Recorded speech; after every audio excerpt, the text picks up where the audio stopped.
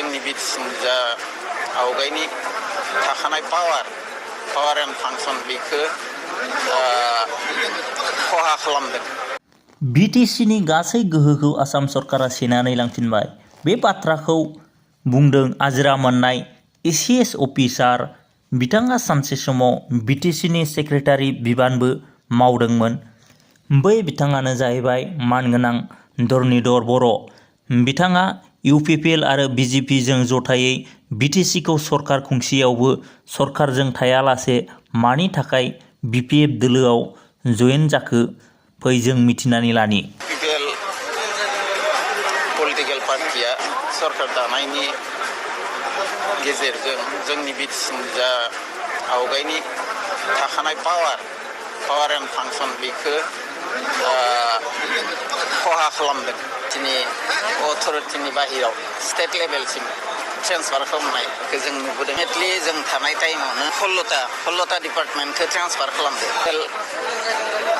Political पार्टिया सरकार दानायनि गेजेरजों जोंनि बिटिसिनि जा आवगायनि थाखानाय पावार एन्ड फांसन बेखौ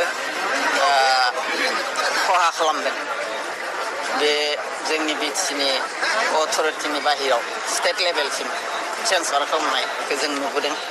गतिके बे अबस्थायाव जोंनि जा गोबां हानजानि गेजेरजों माने आन्दलननि गेजेरजों सोरजिनाय बिटिसिखौ बेबायदि हरखाबै पावारलेस खालामनायाव आंल' नङा, जोंनि बिटिसि बाखि जिमान जनगण दङ, रायजो राजा दङ, सोबां गासैयाबो दुखु मोनदों।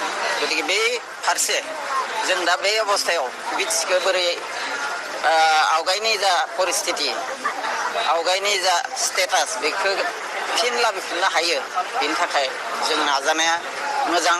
आरो बेखौनो साननानै रायजोनि गेजेराव हाबना बे बाथ्राखौ फोरमायथिनायनि गेजेरजों रायजोखौ खौसेथि खालामनो नाजानायनि थांखि लानानै बिपिएफ पार्टिया दिनै आनुষ্ঠাनिक भाबै जगदान खालामदों।